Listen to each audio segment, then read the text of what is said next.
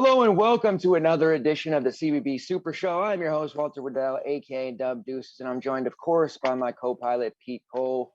It's been a long week. We haven't been able to do any shows like we wanted. Pete's got, his other sports going on, and we've had multiple slates every single day, so it makes it hard to do shows and try to work as a normal human being would. So we're here now with the stream. We're going to cover all three slates. Unfortunately, DraftKings didn't make one big slate or two, perhaps. We have a 3, 3, and a 4. But, we just grind on and do what we can with what they give us. So each slate will break down. And there'll also be a stream tomorrow for Selection Sunday where we'll go over some of the picks, matchups, all that kind of stuff. It'll be kind of laid back, but that's going on tomorrow as well at 3 p.m. PST, 6 p.m. Eastern. Pete, good morning. How are you, man? Morning. Doing well. I'm kind of disappointed in DK, the way they did this slate. Because just to me, when it's like 3 games, it becomes a little bit more luck than strategy. Or I'd rather see 5 games and above. But it is what it is. We got to deal with it, and at least we got some good games here today. And it's all day basketball, so looking forward to it. Yeah, man. I was just having that conversation last night because these big slates, we've really started to win out the way we normally do, building balanced lineups, having low-owned guys. It's Patton the other day on that mid-major slate. Yesterday, a lot of us were on Worth Alatishe from Oregon State.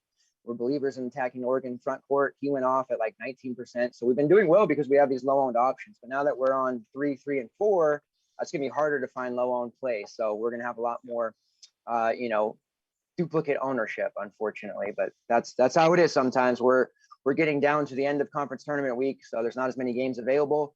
We'll have big slates again here for the tournament NIT, and then it'll go back down again. So just do what we can and go from there. Of course, my dog wants to act like a pest, so I'll deal with that. Sorry if you guys see me distracted. If you guys have any questions in the YouTube box there to the right under the live chat, feel free to ask those as we go. We'll answer those for you throughout the show. So let's jump in here. 3-game early slate on DraftKings. First game is Ohio State versus Michigan. Ohio State won a tough one in overtime yesterday against Purdue. They got absolutely just chomped by DeAndre Williams, but couldn't quite defeat Ohio State. So here they are facing off Michigan. Michigan had a relatively comfortable win in the second half. First half, it looked like they were in danger, but they ended up winning. And there was not without some drama. So maybe some Michigan-Maryland drama throughout the next couple of seasons, which would be fun. Ken Palm has a 76-72 in favor of Michigan. They're 249 tempo ranking. Ohio State 233. Right now in Ohio State side of things, Kyle Young suffered a potential concussion/head injury, so he could miss today. That'll be big news as Justice Suing, Dwayne Washington, usage for CJ Walker, those type of guys. Even EJ Liddell would see extra usage with Young out and extra rebounds. And then for Michigan, the rumor right now is that Isaiah Livers has a broken foot. It's not been confirmed by the team just yet, but they did slip that Livers' parents had potentially talked to somebody. Now that's just a rumor and confirmed that he did have a broken foot. So that's the talk of the town right now. If he's out, Shondy Brown at 3.9 would become a super value play. He was talked about as a big value play yesterday when we all thought Eli Brooks was going to be out. See, Brown still played 28 minutes off the bench yesterday because Livers only played 15 because he did leave the game with an obvious injury. Just the extent is what we're wondering. Also, Eli Brooks would thus become a nice play at 5K. So I like both those guys. Hunter Dickinson is a core play for me at 6'6". I typically don't like rostering him, but he's now cheap enough to where I can. Ohio State's been getting murdered by big men. We just saw T-Will knock them around. Livers is out. That's a good amount of 20-plus usage opening up for Dickinson, Franz Wagner, and some of these other guys. So Dickinson's my guy at 6'6", and then Wagner at 7'9". If you can afford him, he's a nice luxury to have. So that's kind of where I'm at with Michigan. On the Ohio State side, I typically don't target against Michigan, although it is, possible. EJ Liddell at 7'5" would be the most playable guy for Ohio State. Walker and Washington are a little bit scoring dependent for me. I probably won't be on too much Ohio State today. What do you plan on doing here? Yeah, I totally agree with you. You don't want to play too many guys against Michigan, but we saw what Liddell did the last game against Michigan. He lit him up, and we're going to catch him probably low owned today because there's a lot of elite players going through this whole day today. But he's going to be a sneaky play, Liddell at 7'5". I'm not saying I'm going to be one of my top plays in my main lineup, but don't sleep on Liddell. He's a superstar now, man, and this could be a Final Four team. This is a really good team. So somebody's going to catch him low owned and he could go off for another 40, 45 DK points today. So I just say don't sleep on Liddell. I wasn't looking. I can't believe Mike Smith's gone up to now almost 7K. He went up like $2,000. You put up a 50 like that. That tends to happen, man. That was nuts. So, and hey, he may have another good game, but yeah, who's going to pay that much? Well, only thing that worries me, and I know that Brooks is going to be popular, but remember he was in a boot like 2 days ago, and after injuring his ankle on Sunday. So, and how many minutes? He played quite a bit of minutes yesterday, right? He played his normal. He played his normal minutes. It was like 30, I want to say 35, 36, somewhere in there. So you don't know how that ankle's feeling today. That's the only thing that would worry me. So I would be a little skeptical on Brooks, and I agree with you. I think Hunter Dickinson at 6'6" may be the play. I like that price, and he's not going to be anybody else. Maybe on Wagner and Brooks and Sean Day. And I think Dickinson actually may be the play. It's a good price. So I agree with you. Dickinson's a really good play. 6'6". Definitely. Next game here is Tennessee versus Alabama. We have injuries galore on this slate. Ken Palm has it 70-67 in favor of Alabama. They're 8th in tempo ranking. We know they're fast. Tennessee 245. Now this game, typically we've been targeting against Alabama with success, but lately that Alabama defense, which has always been really good, efficiency wise, they've been highly ranked, but they give up a lot of fantasy points. Now their numbers are starting to match what they actually do in terms of fantasy. And teams are struggling to score on them or produce a solid fantasy number. So, and we know Tennessee is kind of a slow team, and they pride themselves on defense. So this game doesn't have that much appeal to me as it typically would, because you have two of the better defenses in the conference. And I have a lot of concerns here. John Fulkerson is doubtful today after basically being assaulted by Omar Payne of Florida yesterday. I don't know if you guys saw the video I posted in chat, but Omar just wildly elbowed him twice in the head for literally no reason. He got thrown out of the game, but Fulkerson likely has a concussion from that. For Alabama, Josh Primo entered the starting lineup over Keon Ellis again yesterday. They've been going back and forth, but now he's questionable with leg injury. So it seems like Keon Ellis, at 4-3 would be back in play if he starts over Primo. Now, again, I don't love this game, but there are some plays here. Alabama, the best way to beat Alabama right now is down low. So I'm not going to use them, but Yves Pons at 7-2 does have cash game viability today. He's a block machine. He had 7 or 8 blocks yesterday. Could really give Alabama trouble. He is a foul risk too, but with Fulkerson likely out, he's going to be commanding the middle, and he's going to have nobody else to fight for rebounds with. So Yves Pons is definitely a solid play. I did luck out yesterday. I used Santiago Vescovi more out of a need. Once Shonday, was coming off the bench yesterday on that slate and Brooks was playing, I went to Vescovi. And he was at 4-4, I think, and he put up 25. So I got one of his better shooting days. I'm not expecting that to happen again, but at 4-8, he's certainly in play with Fulkerson out. The normal Vol starters are all going to have to play heavy minutes and get a lot of usage. You could use Jaden Springer at 7K as well, or even his freshman buddy Keon Johnson at 6-7. There's a lot of different pieces in play here, but they mostly seem like GPP options to me. I don't have that much comfortability with even Jaden Springer in cash. Bama side, I know Herb Jones is the guy. He's 8K now, though, against Tennessee. His peripheral stats are strong: steals, blocks, rebounds. So he could pay that number off. I mean, he had 37 in 17 minutes yesterday. The guy's an absolute stud. It's also a foul risk here. So this game to me is just more of a GPP type of spot. You got Shackelford at 6'4", Petty 6'8", Brunner even at 4'2". You have some appealing prices here. But really, it's a game that I don't feel that confident in. So I ended up playing some MSU guys yesterday against Bama, against my better judgment, and it bit me. And I don't want to go back down that road again, because Alabama's defense right now is scary. It's scary good. So I don't know if they're targetable defense right now at this point in time with the way they're playing. What do you think? Yeah, we got some real good defenses going here. I didn't even realize Alabama's number 1 in adjusted defensive efficiency. I didn't realize that. Number 36 in adjusted offense. So, but this is another spot where you can get a guy like Liddell. This is a spot you can get. Herb Jones is not going to be, I don't think, highly owned. I don't like the price, but he's not projected greatly. So I think it's a spot to get Jones. And as I still think he's in a really good spot today. I think Jones is one of the top plays of the slate, and he's got to play all the minutes he can. This is going to be more competitive than yesterday. So I'm on Herb. And I do like that Vescovi at 4-8. So it looks like Fulkerson's going to be out, right? I mean, it hasn't been confirmed, but yeah, with Fulkerson out, I think both Vescovi and JJJ are going to probably get a little bit of a bump too. So you might as well take the cheap one of Vescovi. So Vescovi definitely, I think, is in play possibly in the main lineup because you got to find some value here today too. It's probably the top value on the board. I'm thinking at 4.8. I can't remember who's in the Cincinnati game, but I like Vescovi as the top guy, top value. Yeah, he was like 4% yesterday. I got really, like I said, really quite lucky. That's a nice call. But, That's all right.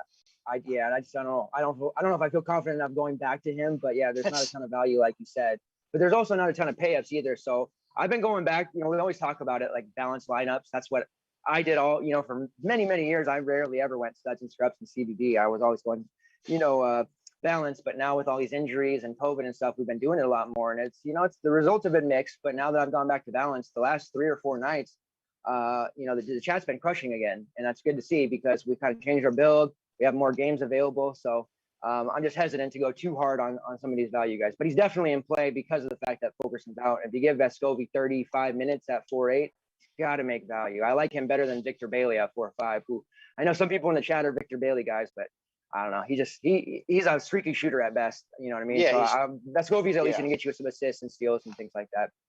So with Primo out, though, is that going to be a bump to Quinterly more? Or?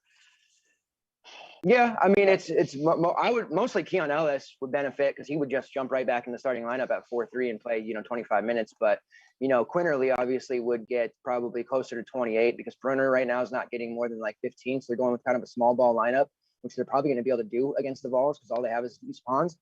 So yeah, Quinterly would be fine. I'm not really looking at him or Shackelford or Petty, but I know the prices are appealing. But I think if I really needed value, I would probably just go with like Keon Ellis because he's been good at 4.3. He hasn't been slate breaking, but he's been hovering around 18 and 20 pretty much every game.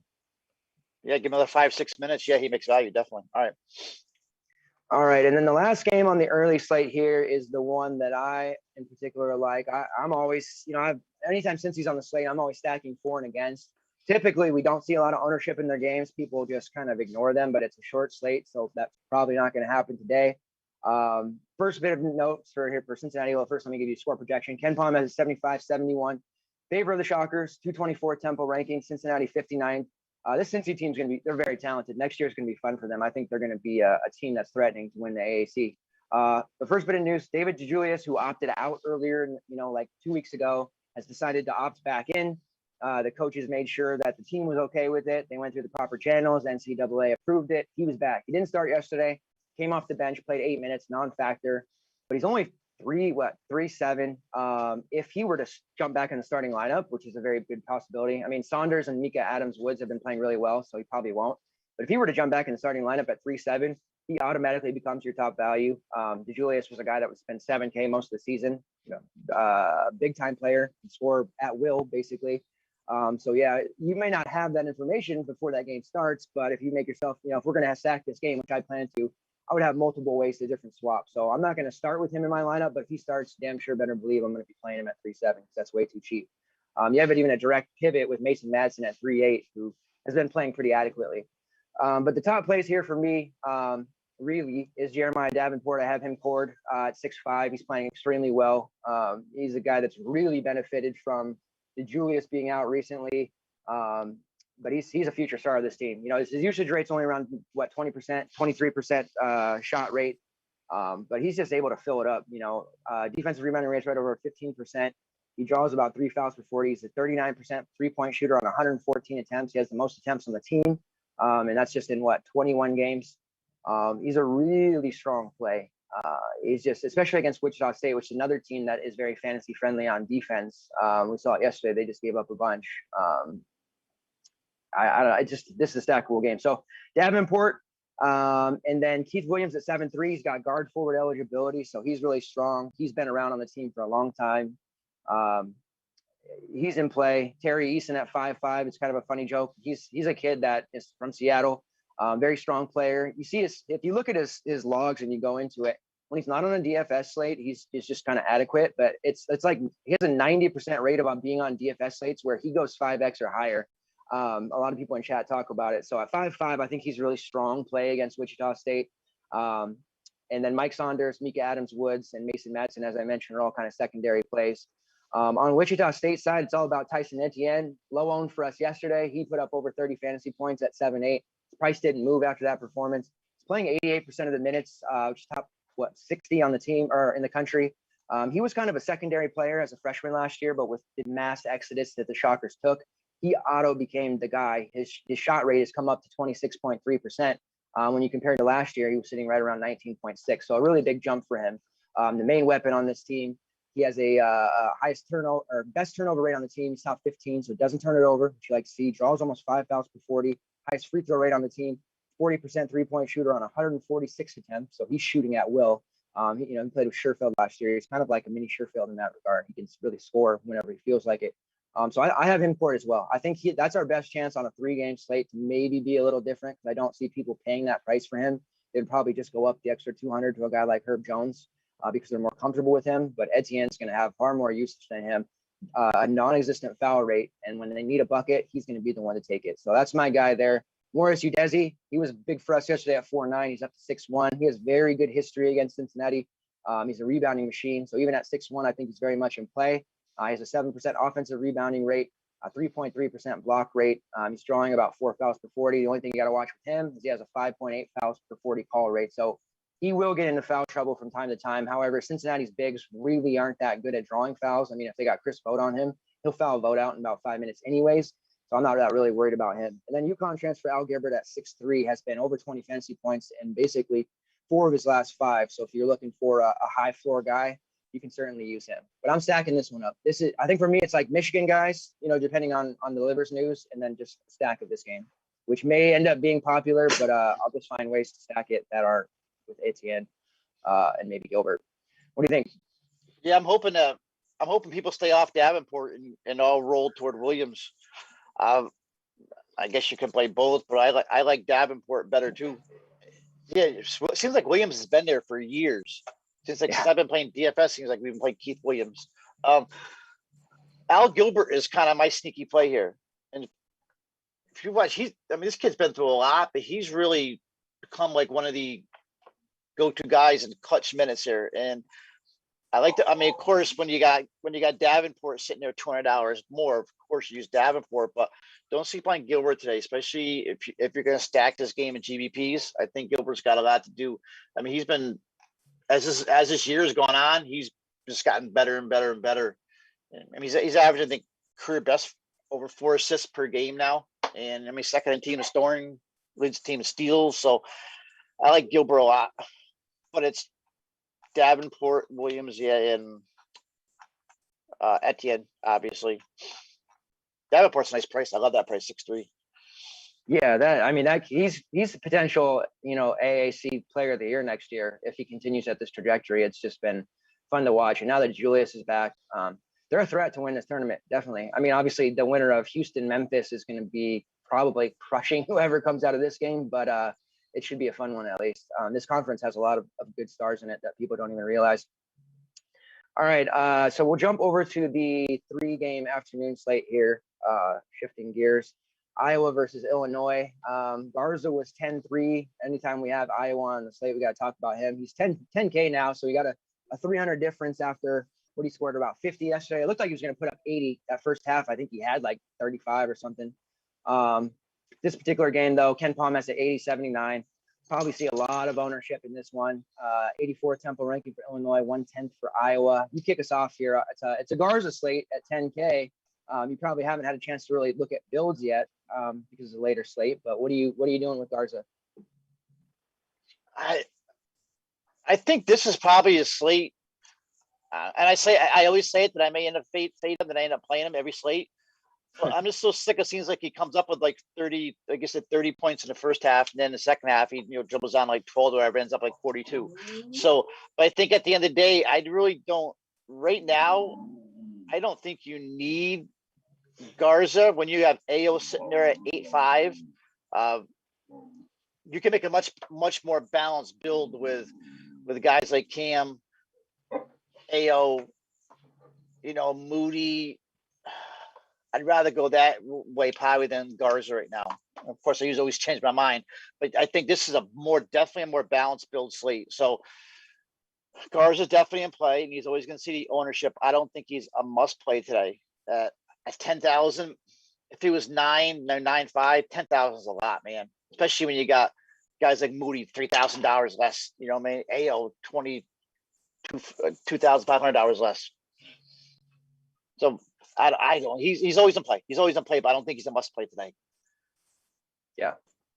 And he would probably be the only real guy to, I mean, Illinois, they're on a mission, but we saw yesterday with Garza dominating so much, the rest of the Iowa guys they didn't, even though they won against Wisconsin, it wasn't like any of them put up really big slate breaking performances. Wieskamp had like 20, Keegan Murray, I think he had like 15 or 18. There wasn't really much else to like there. And they're all, I mean, Wieskamp's only 6'7", so that's actually pretty damn appealing. But everyone else is kind of where they should be. Bohannon's up there over 6K too, but I wouldn't use him obviously. But yeah, I don't know, man. I just don't feel like Iowa's that great of a play. If you're going to fade Garza, I think that 6-7 price for Wieskamp probably is appealing.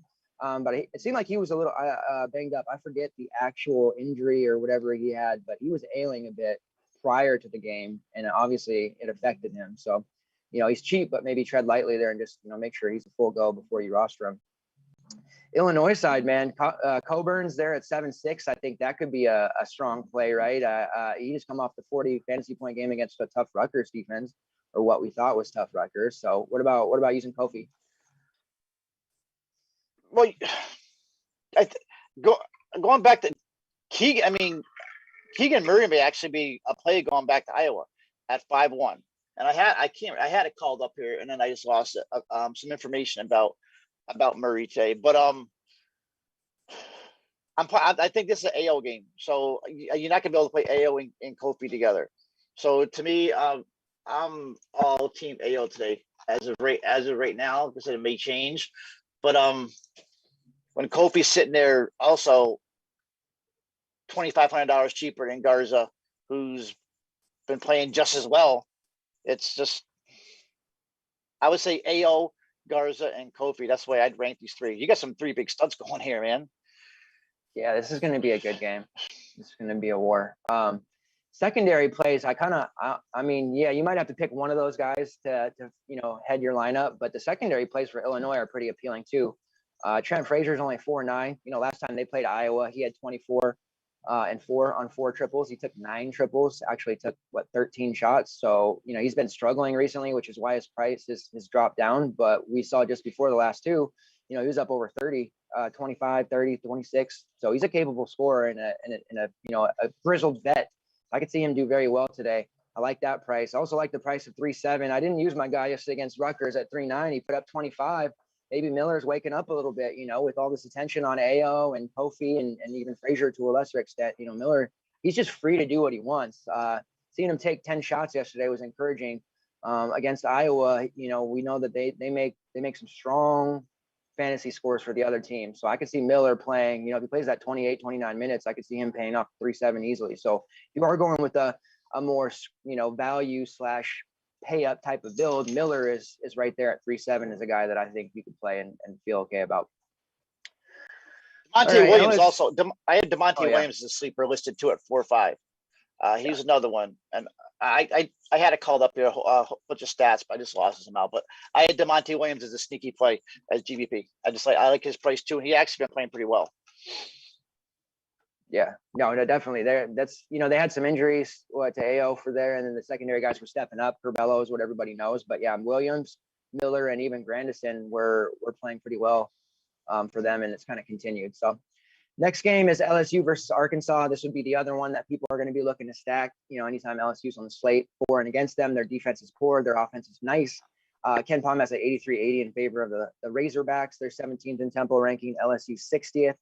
Last time they faced off, Arkansas did win 83-75. In that one, Cam Thomas had 25-7. Watford was kind of just 16-7, which is okay. Smart was just okay. There wasn't really any fantasy performance. Darius Days was in foul trouble. He's coming off of 40.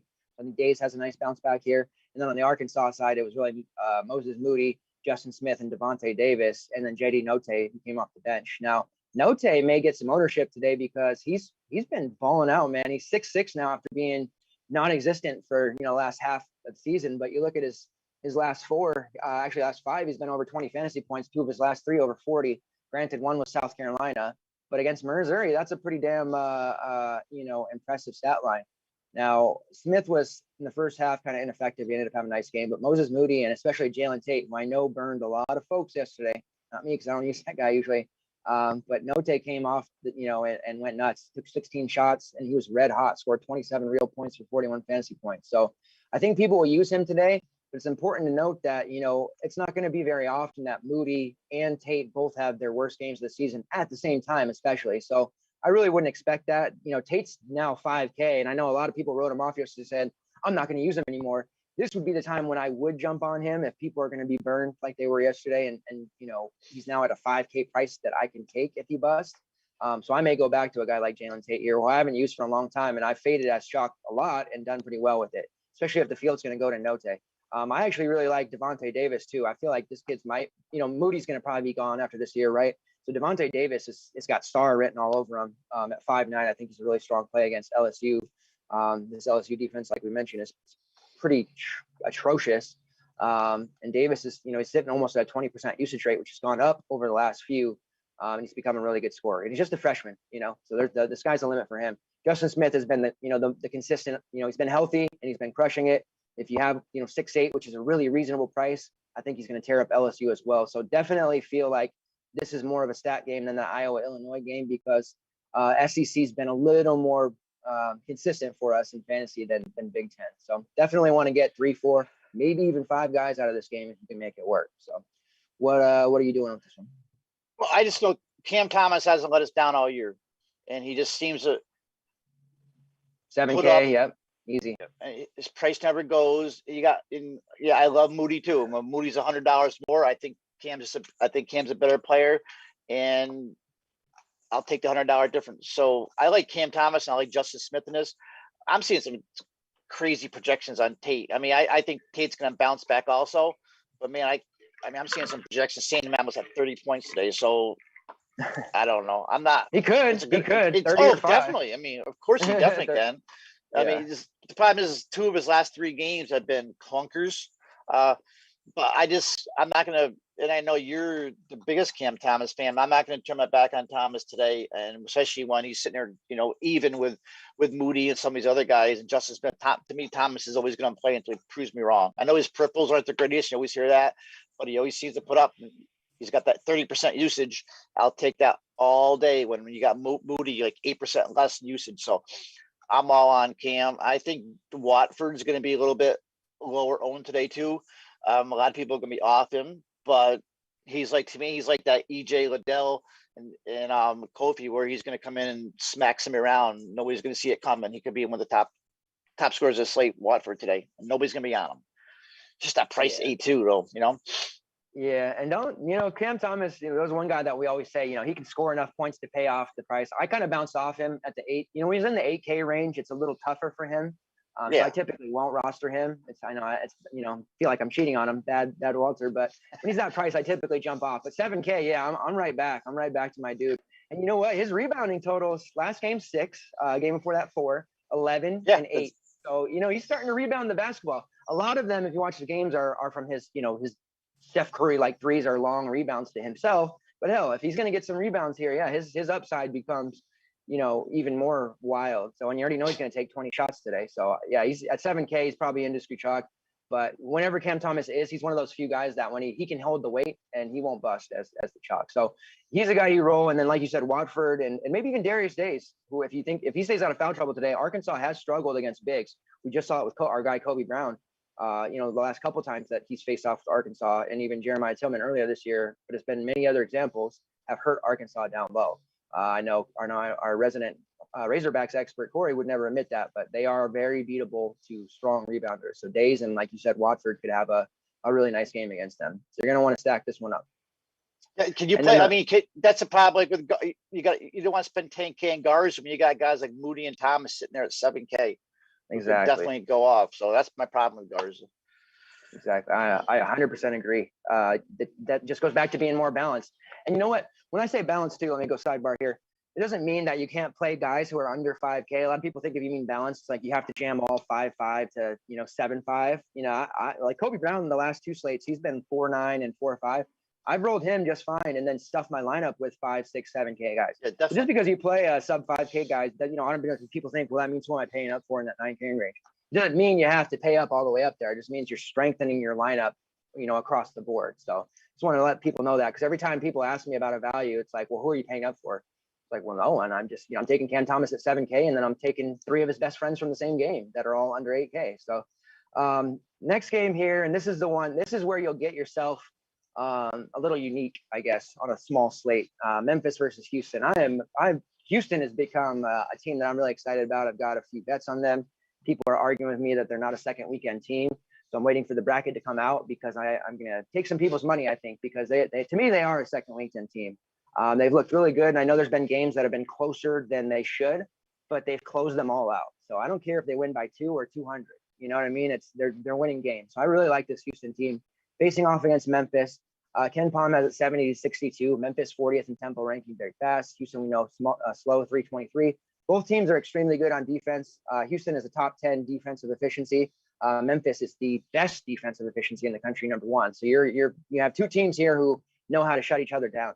Last time they faced off, it was a very close game, 67-64. Houston won that game. Looking at it, a lot of pedestrian stat lines for the most part. Nolly had 14. My guy DeAndre Williams, who was a sneaky play last night for us, he had 11, 3, 4, and 3 steals. He's a stat stuffer himself, but it was really Giroux who had 19, 8 rebounds, 3 assists, and a couple steals against Memphis. And I got to stop here. I'm not going to be that guy that's like, yeah, beat my chest, but Giroux is a really nice guy to have as a low-owned option. Fills up the stat sheet. I had him yesterday at 3%. Unfortunately, Butler screwed us. So I had a decent night, but not a great night because of Butler. But Giroux was at 3% and put up a 50 because he had a triple-double. It's actually the first time ever in all the years of playing had a player get a triple-double for me. So I was pretty excited about that. And I figured, I won't be able to use him today because his price is probably going to be like 9K or something. But no, DK did us a favor here, and they priced him down after a 50 to 7-3, which even against Memphis and a good defense, I think is a very good spot, especially with the likelihood that no one's going to roster him.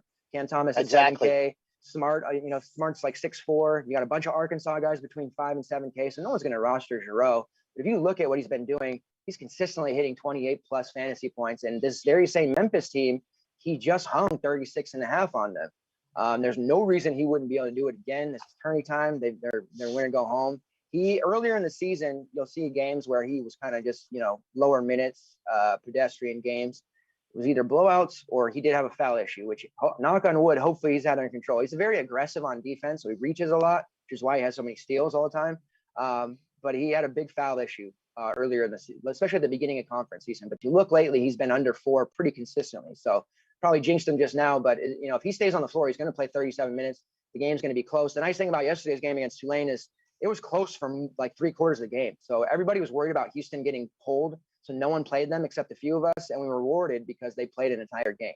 So this one will obviously be close. So I love Giroux at 7-3. I think he's a very strong play. I'm going to be all over him. Usage-wise, it's 23.5%. So that's strong for a guy at his price. His assist rate's 30%.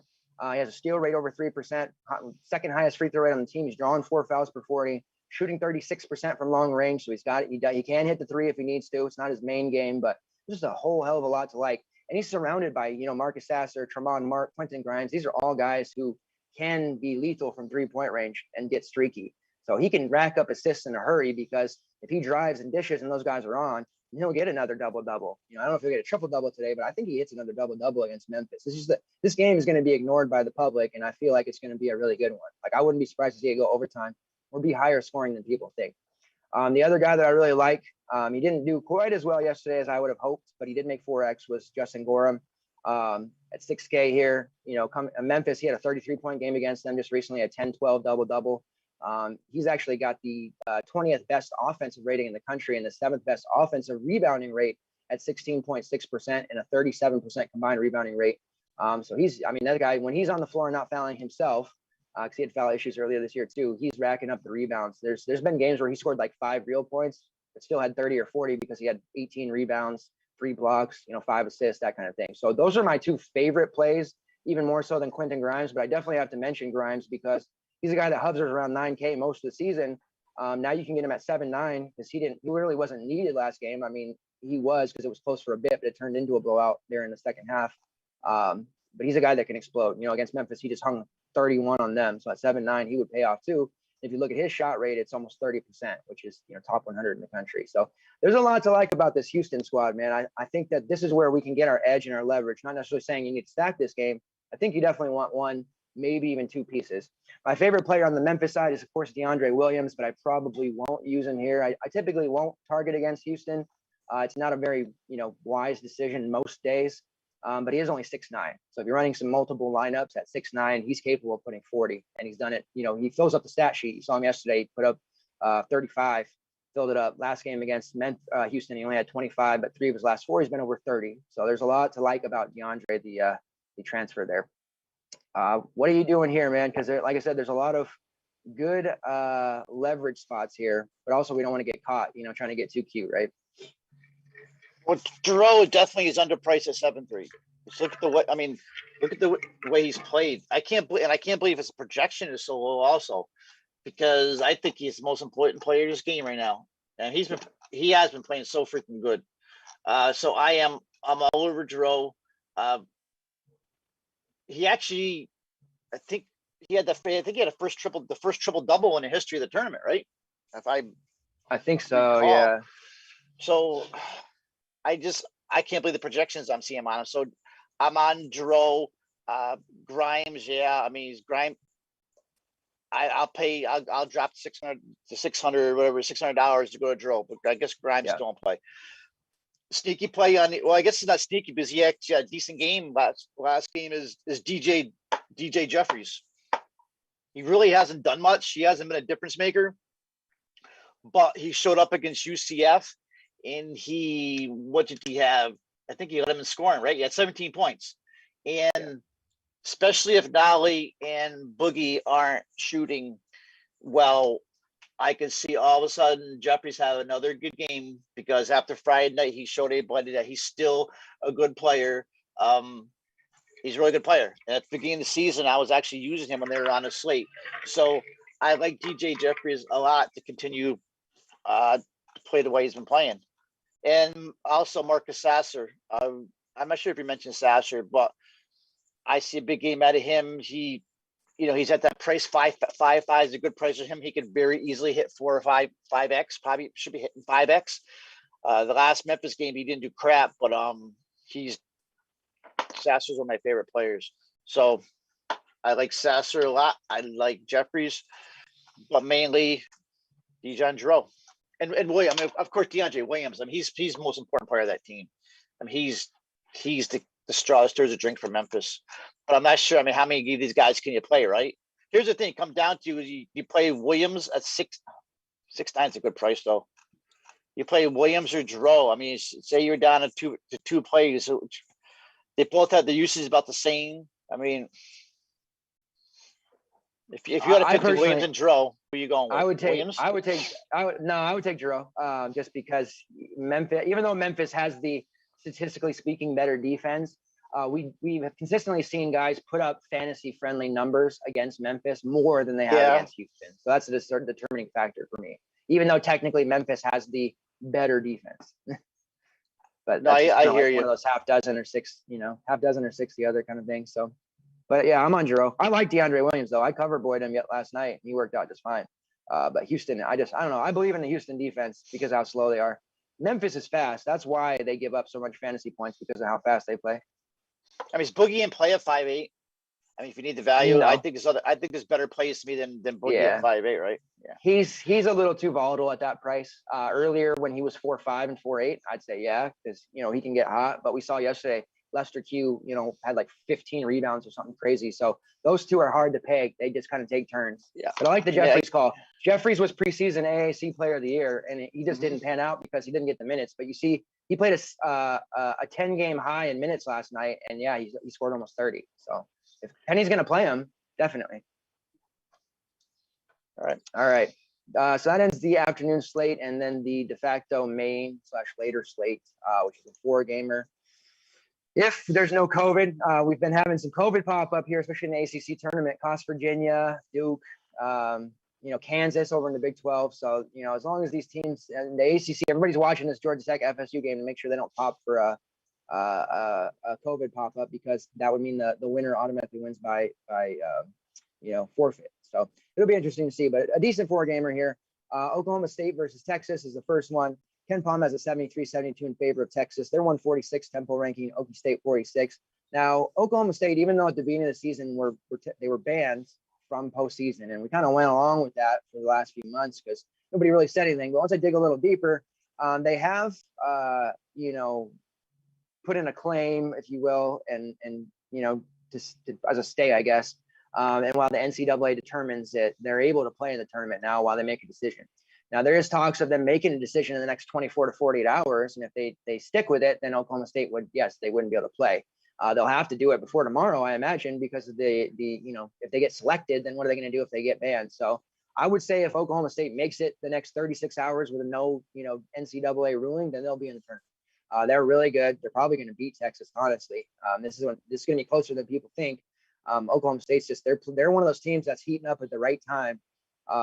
We were talking about another team before the show started. It was Georgetown, who's one of those teams that, all of a sudden the last month and a half, they're the hottest team in the country. So Oklahoma State is tournament eligible as of now. That is one thing that I wanted to clear up because there was some question marks about that from myself, especially. Texas defense has been good earlier this year, but they've been giving up a big fantasy friendly mark recently. So there's some targetable options here for Oklahoma State, especially Caleb Boone. He's 6'4" now, so he's a little higher, but I don't care, man. It doesn't even seem to matter. Caleb Boone doesn't care who he plays. He's just smashing all comers. He had a really good game against Baylor, another 32. He's actually had back-to-back 30s against West Virginia and Baylor, who are both very solid defenses in their own right. And he's probably my favorite player, even at that price point. You look at his offensive rebounding rate over 10%. He has a 29% combined rate, 8.4% block rate. He's drawing almost 4.5 fouls per 40. And he does have a 4.7 fouls called per 40 rate of his own. But, I don't know. He's been killing it. And then Avery Anderson he's going to be a star. Cade's obviously, he's 10K, whatever. He's going to go to the pros. Obviously, he's a top 2-3 pick, whatever. Avery Anderson might be an absolute stud next year. I could see him being Big 12 preseason player of the year if he continues at this mark. He's become a huge scorer for them. He's actually second on the team now in shot rate at 20.2%, right behind Cade Cunningham. 36% 3-point shooter. He's a big time scorer. Something's clicked for him. So I think at 6'4", he's in play too against Texas. Texas has been really susceptible to scorers like him. So I think I would take either of them, even with Isaac likely back. I think Anderson and Boone are strong plays. And then for Texas, I used Matty Coleman. I used your guy Matty Coleman last slate. And it worked out well. He got me 34. I think it was one of his season highs almost. He's only priced at 6'2". Oklahoma State, we know they play at a pretty fast tempo. Their defense has been better lately, but they're still extremely fantasy friendly. So I'm on board with Matt Coleman today at 6'2". A very good chance that I end up playing him. Andrew Jones is there at 6'8", which is fine. Ramey at 6'4", but Coleman just has the safest score of the three. Ramey's been fouling, especially the last 2 or 3 games. It's led to Jace Fabrice playing more, but yeah, Matty Coleman at 6'2". I'm finally with you on Matt Coleman. It only took 4 or 5 months, but here we are. And I'm just looking at Coleman's logs every game. Beside that, a couple 2 or 3 games ago, he was against Oklahoma. Beside that, though, every single game he's in the mid-20s, and then he popped off for another 10 points against Tech. But Avery Anderson, this dude's a stud, man. I watched him the other day. You're right. Especially when Cade goes, he's just gonna be this team. And I think if you notice with Isla Kelly back, if you're seeing this Cade's the primary ball handler, and then the best defender is going to Cunningham, but then the second best defender is going to Lakelly. Oh my God, just call him Ice. I just sputtered when I said Lakelly. It's all good. And now you got the third guy on Anderson. And Anderson, did you see what Anderson did to Sean McNeil the other day? I mean, he was smoking him. Yeah. So I love Anderson. I know his price has gone up, but he's going to keep this up. He's going to keep playing this, scoring this 25 plus. So I think Cade's in a great spot. Anderson's in a great spot. And Coleman. I think Coleman's going to keep going. He's a veteran. He plays for games like this. So Coleman's the top guy, definitely on Texas. Is anybody else on Texas really? You can't sleep on Greg Brown's price at 4.9, but that's a pretty good price. But I can't mess around. I mean, I'm not messing around with Greg Brown in the main lineup, but I mean, I guess that is a pretty good price. And I'm seeing he's getting some pretty decent projections today too. So, but of course he's got when he's 4-9, but he's only last game only played against Tech. He only played 13 minutes. I'm seeing. So yeah, He's so losing. you're right. The minutes. Yeah, before it was just the second half that he was losing minutes to Kai Jones. Now it's bled into the first half. So he's actually losing done. a lot of minutes to Kai at this point. Kai Jones has now been getting first round projections recently. I'm not sure. I saw that. Why. Yeah, I saw it too. I mean, he has the athleticism that NBA scouts drool over. So that's why. But he really should come back. But he's going to get a first round promise. He's going to be gone too. But yeah, they're starting to play him more than Greg Brown. So that's why it makes it difficult to pay for Greg Brown even at 4-9, which is a good price. But yeah, he's just not getting the minutes to justify it right now. I just like Anderson's confidence too. I was reading before about. I mean, Boynton's had to kind of like put a leash on him because he's like, guess what? You're still not Cade. You're still not the centerpiece of this team. He wants to be, and he's been really taking over. So I like this kid. I can't wait to see him next year. So yeah. I like Cade, Anderson, and Matt Coleman. Yeah, next year he's going to be nuts. That kid's going to be probably 8K all the time. All right, next game here is Georgetown versus Creighton. Georgetown is, like I said, getting hot at the right time. Made a little bit of money betting them recently, especially, everyone was on Marquette. And I thought, Marquette's not playing well right now. We actually mentioned in the last slate that the Hoyas were on, that we did a show last week, that they look different than the midseason Hoyas. They're playing well. Patrick Ewing, I think he's finally coaching his ass off. This is the first time that I can actually watch a Hoyas game and be like, wow, Ewing's coaching. Normally he's a horrible coach, substitution wise and strategy wise, but he's doing well. And now they're in the finals against Creighton. Ken Palm has a 77-69 in favor of Creighton. I don't see them winning by that much. So if you're going to get Georgetown at, what are they right now? +9. I think Georgetown +9 is a fantastic bet. 77-69, like I said, they're 133rd Tempo ranking, Georgetown 108. Pickett, man, I've been riding with Pickett here. He's only 6-7 after a solid 30+ fantasy point game. I think he'll play well. They played 2 games against Creighton. The most recent one on February 9th, they got blown out, only scored 48. But the game before that, they actually beat them 86-79, and that was on their floor. So they won on each other's floor. Now they're on a neutral floor. The game they won, Pickett had 16 and 7 with a steal, 3 assists. Blair had 22 and 7 assists, but Blair's not playing quite as much. And Wahab had 12 and 8. Wahab's playing really well right now, by the way. So I think at 6K, Wahab's in play. 6-7, you got Pickett. Usage wise, Wahab's sitting around 20%. Pickett right around 21%, but they have big time rebounding numbers. Wahab's got 10.3% offensive rebounding rate, 30% combined. Pickett 18.9%. He plays 87% of the minutes, which is top 75 in the country. He's a 39% shooter now on 104 attempts, so he's making threes confidently. He hit 2 yesterday right in the defender's eye. Like, he didn't even get any space. He's getting really, really confident. Dante Harris has really, the freshman, become a stable option at point for them. He's not a big time fantasy option right now, but that stability at point guard has made all the difference because he's able to get the ball to Pickett and Wahab, and they're doing some damage. And then, of course, Chaudier, we're saying Bayal, but I guess it's Belay, has been played so well that it's really made this team better. Belay's been pretty chalky. He's a foul risk, big time foul risk. He's only 5'6". I suspect he probably will be owned again today. He ended up making value just a little at 22 fantasy points at 5'2" yesterday.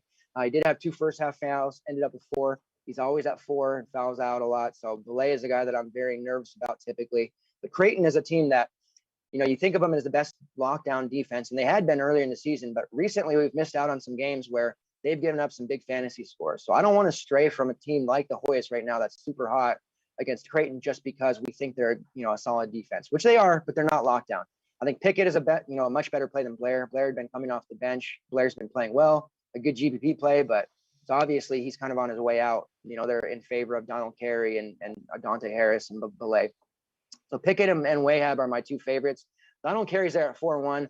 Carey ended up fouling a lot yesterday, so I ended up cashing still, but I used him as a value because if you looked at his 3 of his last 4 prior games, he was over 15 fantasy points, playing over 30 minutes. He only got 21 yesterday against Seton Hall because he got 3 first half fouls, which ruined things.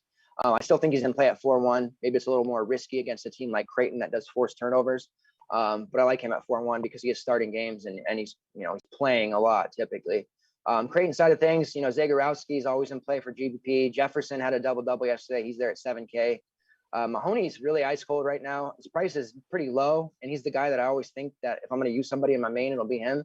he's not really playing very good. So I'm a little hesitant on him. You always got my guy Kalkbrenner there in GPPs at 3.6, but I don't know. I'm kind of lukewarm on Creighton as a whole. Even though earlier in the season, every time the Hoyas were on the slate, we were slamming against them, and it was working. This is a different Hoyas team now. I'm a true believer in that. So I'm on the Hoyas side. I'm riding them to win here and get in the tournament. So what's your take here? You know, what's really impressed me for the Hoyas is Dante Harris. I mean, watching that Villanova game, he looked so good, especially at the end. When he got fouled, there was like 4 or 5 seconds left. I mean, he was ice. I was really impressed by this kid. So and he's playing big time minutes. So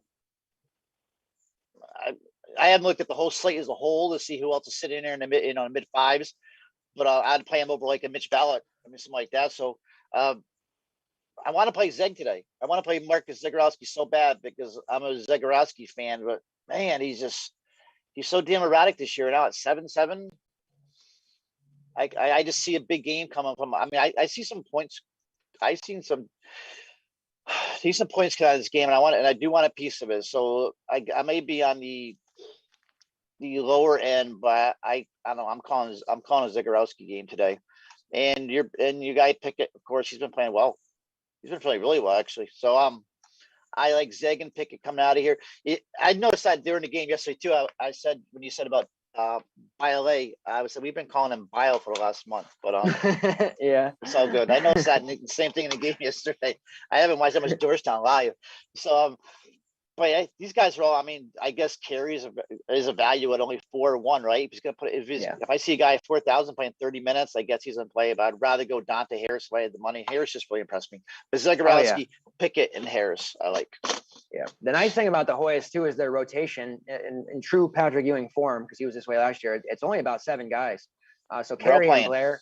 Yeah, Blair typically will come in and sub for Carey, and then Ighoffy will come in and give Wahab a break, which means Pickett and Belay. If Belay's not fouling, of course, they'll play the whole game. So it is a really nice rotation here. And conventional wisdom would say the Hoyas are tired because they've had to play multiple games in a row now, 3. Yeah, it's true. It's a good point. But I don't know, man. I think they'll be fine. These kids are young. They might have slightly dead legs on some of their jump shots, but I'm confident. I think this team, Big East has a history of underdogs winning it, the tournament, or games going to multiple overtimes. Big East tournament has just given us some great games over the past 10-20 years. So I don't know, I can see this one could end up going down the wire more than people think. No one's given the Hoyas credit, but no one has given them credit for the past 3 games. So next game here is Georgia Tech versus FSU. This is one that wouldn't shock me if they dropped out, but Georgia Tech right now is, reporting that they're clear. FSU is reporting they're clear. So as of now, the game is on. Ken Palm has it 76-73 in favor of FSU. They're 83rd in tempo ranking. Georgia Tech 212th. 2 frustrating teams lately. FSU rotations deep. We know that. Raekwon Gray had a really nice matchup against the Tar Heels yesterday, but then he only played 27 minutes because that's what Leonard Hamilton does. Benches his best guy in a close game. So he ended up not making value. This Georgia Tech matchup is very good for players like him. I just can't use them in cash, even though I want to. So, if I'm going to run multiple lineups, then Gray's going to be in there. Scotty Barnes had finally hooked me in, and I used him yesterday, but his price has shot up to 7.3. So I can go back to safely avoiding him again. He's going to be hovering around 25 to 30 fantasy points, which is fine for the 7.3, but there's just not enough upside there for a guy that's going to play 25-ish minutes. Recently, he was playing in the 30s, and that's why I thought maybe Hamilton turned the corner. And then last night, he went back to normal Leonard Hamilton. So while it's a good matchup for the Florida State guys, there's really just no way to trust the minutes. I mean, hell, Balsa Kavrikia, he'd been playing 6, 12, 23 minutes. And then yesterday he comes off, and plays almost 30 minutes and scores 42 fantasy points. People will probably chase that at 5.4, but it's no guarantee he's going to play more than 10 minutes. So I don't know how I can use anyone on FSU right now confidently, even though I really want to because the matchup's good. Georgia Tech, maybe I'll just say my guy, I guess, but it was the industry's guy for a while, but he's 8.5 now. He's had, 2 pretty down games. He had some really bad foul issues against Miami, very frustrating because we've gotten him at some low ownership. I mean, we had him at low ownership when he hit 60 for us against Duke, went back to him against Wake, and the industry jumped off and he didn't reward us. I do think he's in play here. Baycott had a nice game against FSU. He would play the similar role to Baycott. Baycott had like almost 30, 40 points yesterday. So I think Wright's in play. Maybe, there's a couple people in the chat talking about giving one more bust so that when Georgia Tech heads to the tournament, nobody rosters them, and maybe we get him at like 7-5 and we can go back. But I would rather just use him now and have him destroy FSU, honestly. But I don't know. It depends on my build. I haven't tried to build for this slate yet, so I don't know if I can fit him. You got Alvarado there at 7-8, Devo 7-1, Usher at 6-3. All four, those are your four guys. Georgia Tech's kind of the polar opposite. They'll play 7 guys, and those 2-3 bench guys will play roughly 10 minutes, if that. So really, you just want to play Wright, Alvarado, or Devo, and sometimes Usher. But this is a really good fantasy-friendly game. It's just Georgia Tech has a low floor, and FSU plays 20 guys. So what's your plan of attack on this one? Yeah, I want a piece of Alvarado or Devo. You're looking for first for the price you think Devo, and Devo's been playing. He's really come along. Remember, we were playing him earlier in the season. He was breaking our hearts, and he's just turned into Devo we all knew he would be. He's playing, with 30 DK points every game. But at both the last time they played Florida State, both of them had huge games. I was actually watching a little video right before we came on of that game, and all three of them, Wright, Devo, and Alvarado were playing so well. But Alvarado, he wasn't just like set on for those pull-up 3-pointers that game. He was definitely he was not afraid to attack the paint, and he was like 4 for 6, something like that in the paint. So Alvarado's my play at 7-8 if I had the money. I have no problem going to Devo cheaper, but I Alvarado's been down, so he's going to be lesser owned. People have been kind of frustrated with him. He hasn't had a 40-point game since Notre Dame over a month ago, but I see an Alvarado game coming today.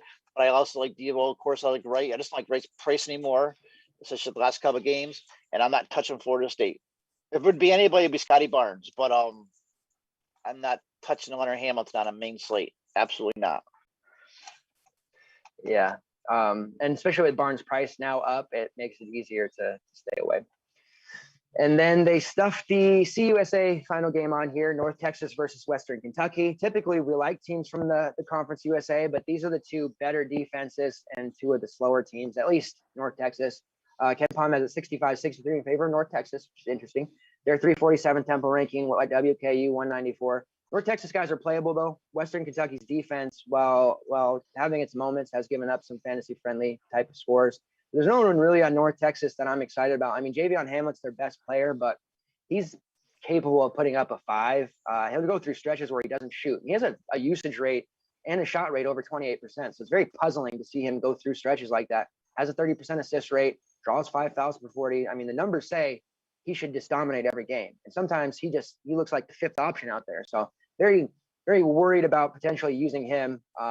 The price on him is actually not that bad, at 7-2, but I can't trust him. My preferred play would be Thomas Bell, but then the problem here is if Bell and Simmons are going to guard Charles Bassey, all world just juggernaut that he is, then those guys are going to get in foul trouble. So Bell at 5'7" is capable of putting up 28 plus. He has really nice steal rates, block rates. He has almost a 5% block rate, offensive rebounding rate of 8%, but he has a 4 fouls per 40 call rate. And I don't know, I just don't like targeting guys against Bassey too often because the foul risk is just too high. On the other side for Western Kentucky, all about Charles Bassey, all about that Bassey. He has a 27.5% shot rate, 25% usage rate, 30.9% defensive rebounding rate, which is top 5 in the country. Some guys' combined rate is in the 30%, so he has one category at that. His offensive rebounding rate is 13%. So almost 44% combined rate, which is just sick. Block rate of over 12%, which is top 10 in the country. He's shooting 68% on 2-point field goals. He's attempted 48 threes. He's actually shooting in the low 30s. It's not like totally a dud from long range. And he is drawing 4.5 fouls per 40. So he is a luxury that if you can fit him, definitely. But we've seen North Texas really because we've had a lot of Conference USA slates this year, actually, a lot. So when we target against North Texas in the past, it's worked a little, but they tend to not allow slate breaking scores. So, while he's attractive, they're at 9-8 in 3 of his last 4 over 40. I do think he is fadeable, especially when you have my guy Moses Wright for 1,300 cheaper.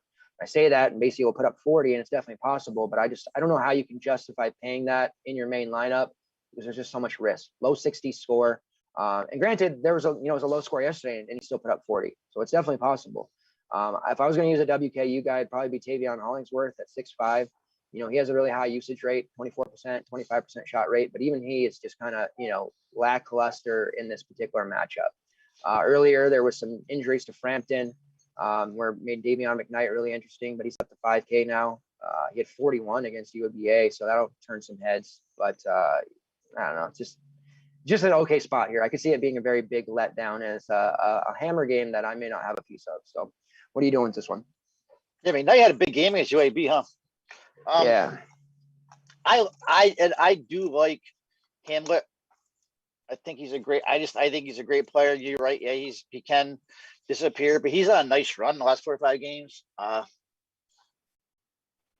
I think he's one of the best players in that conference. 7-2 though, just there's other player. I mean, when you got 7-2, when they got Mike Devo sitting there at 7-1, and Alvarado at 7-8, that's the problem. But if anybody comes out of this game, would be Hamlet. I just think Hamlet's a great player, and I like that usage. His usage over 30%. 30% usage, 7K. That's a good price. But then you look at that 125 over under. So, yeah, I mean, this is more paying GBP, but I just think Hamlet's a good play. And I'm not paying that much for Bassey. And you're right, he could put in 50 today. But said with Moses Wright down at $1,000, $1,300 left. So nobody out of this game. If anybody, it would be Hamlet. GBPs. Yeah. You do have some value with Josh Anderson at 4-5. He's back healthy, playing over 30 minutes a game. He's scoring around 15. I was gonna say I did see that. Yeah. Points. So he is there as potential value, but I think it would be more of a last guy in as opposed to your starting lineup with that. So I like that kid Reuben Jones. I think he's coming off the bench though now. He's 3-3, but I believe he's coming off the bench. But I mean, hey, a last spot at 3-3, with Jones, you're gonna get 20 minutes. I think he was like all freshman in the league this year. But just I don't know, GPP way down. Yeah, I think JJ Murray is getting a spot now because he had Jones had an ankle injury, so I don't think he's gonna play. So you have Murray there at 3-7. He as a kind of a shot in the dark. All right, so those are the 3 slates. Let me get into the YouTube chat here and see. It's a lot of Vic Bailey hate here after what he did yesterday. Wes asked us, Memphis beat Houston. No, you Memphis homer. How strong of a cash play is Vescovi early? He's in play. I don't know if I want to put my seal of approval, but it's not like I'm super excited about him. I wasn't yesterday. I'll call it what it was. I got a little lucky yesterday, but he's there if you need him. Yeah. It looks like Livers is officially out, so maybe you don't need to, mess around with Vescovi. Maybe you can just go Shandy because now that Livers is out, obviously Shandy is there as a strong play. Eli Brooks is a strong play at 5K. He's basically that, a value play at that range. So I think that's where I'll get my value over Vescovi. But if Alabama is fast, Vescovi gets hot today, he will pay that price off. But we have seen with Vescovi also, go long stretches without scoring. Yes, I don't want to say yesterday was the outlier because that's sad if that's the case because he did well yesterday, but he does a lot worse than he does better typically. So that's what I gotta say there. I agree. So yeah, Shandy and Eli Brooks, I agree they're him. Folky. I hate when the announcers call him Folky. Looks like Fulkerson's officially out here according to chat. I haven't confirmed, but yeah, we figured that. So Pons, strong, GPP / if you want to run him in cash because Alabama's weaker inside, that's definitely, in play. And yes, that makes Vescovi better because he's going to play over 30 minutes guaranteed. So lots of injuries today. Lots of Moses Wright hate here. Jared Butler hate. Okay. Let's see. Somebody's asking who the Tennessee backup big is. I don't know that you want to be messing around with that. No. You're looking at like Nick Owama or Plavsvik. Both are the biggest stiffs that you're gonna find. I don't think if you're running GPPs and you're just like you don't care about wasting a lineup in the quarter arcade or something, then fine. Anasicki, you want to run one of those 3K guys, but I just don't expect them to do anything. They'll be on the floor for 5 minutes and they'll get 3 fantasy points because they're not going to get the ball. They're not going to be scoring. If they get some rebounds or a block shot, cool, but they're not being featured. Let's put it that way. All right. I think that is it. Let's look at some price picks real quick. My 2 featured prize picks that I have on the early slate, the afternoon and main slate articles will be out probably within an hour or 2. But I have Tyson Etienne. If I'm going to be on him, it makes sense. Over 25.4. He's a 30 fantasy point scorer, so I think he hits the over. And then Hunter Dickinson over 25.2 fantasy points. Those are my two for the morning slate that I feel pretty good about. Well, I don't even see morning. I'm looking at Matt Coleman and stuff. Oh, they're up top. Yeah. Okay. For the 1 p.m. I mean, even if you see night ones, you can pick those too. It's all good. Yeah, well, Coleman's the same price, same number every day. I like Coleman over. What about you? What about Springer at 22? You don't like that? Yeah, I do. Yeah, I do like it. Especially now that Fulkerson's out, he should get some more usage, of course. That's low for him. I'm just not as confident in him lately. I don't want to say he's like wilting in the moment, but he's definitely looked like a freshman in the last week and a half. Whereas he looked like, a straight killer for a month and a half. So I don't know. Keon Johnson seems to be the guy that's like, I don't care. I'm a freshman, but I'm the guy. Yep. So I like him a little better. But yeah, I think 22 is low. Let's see what the single stat. Springer's 14. Yeah, I'd probably go with the fantasy over single point because I don't know if he's going to score 14 real points, but 22 fantasy seems right because he does run point a lot and gets assists quite often. Yeah, Etienne 25. I agree with that. Keith Williams 25. Matt Coleman, you're right. Andrew Jones, you're right. Caleb Boone's interesting at 21.6. Yep, I was just gonna say Boone's not. I can dig Boone, and that's probably. I would think for Zeg today, 25 for Zeg. I was going to say later in the night. Yeah, the Zagorowski and the Pickett numbers, 25.6 and 24.3. Those probably will go up by the time that slate starts. So you may want to get those in. When I write up that slate, I'll probably feature both of those. Those look pretty good. All right. So I think that's pretty much it. You guys the slate's not for another hour and a half or so. It's a later one today. They're all kind of bunched up. So, also, right now, we still have the March Madness promo. So it's 50% off. $25 gets you everything available that we offer. Spring training, NHL, CBB. We got some rugby stuff for later, Aussie football. Esports. We'll be doing esports again here. Euro League, pretty much everything. NBA, of course, that you can possibly think of. Cheat sheets, prize picks, articles, all that good stuff. So definitely consider signing up. What do you want us to stay on the air all day, Kurt? Just tell you who to play. Pete, any final words before we head out? Also, if you're watching this video right now, it looks like most of you have, but please hit that thumbs up. Appreciate it. Helps us out a lot. The Twitter or that give us YouTube algo will pop us up. Anyone that searches like fantasy in their search box, our video would pop up. Chris Duffy just asked, tomorrow night, 6 p.m., we're going to be live. I'm just going to be banging Walt for questions. He's our expert on each selection. You know what I mean? Maybe we'll try to add like a DFS twist to it. It'll be a little bit more laid back. We'll just have the selections on. That'll be pretty cool. So we'll try to make it more DFS wise, but just kind of mess around at 6 p.m. Eastern. And then we have our MLB preview tomorrow, 8 p.m. Also, it's going to be live, but we have a special guest that played professionally and stuff and go over DFS. So tomorrow's MLB and CBB day. Yeah, lots going on, guys. It's Sunday, so I'll be in the chat all day, probably, doing live updates and stuff. For the stream, I don't know if we're allowed to have like on our screen CBS revealing the bracket. It'll definitely be on.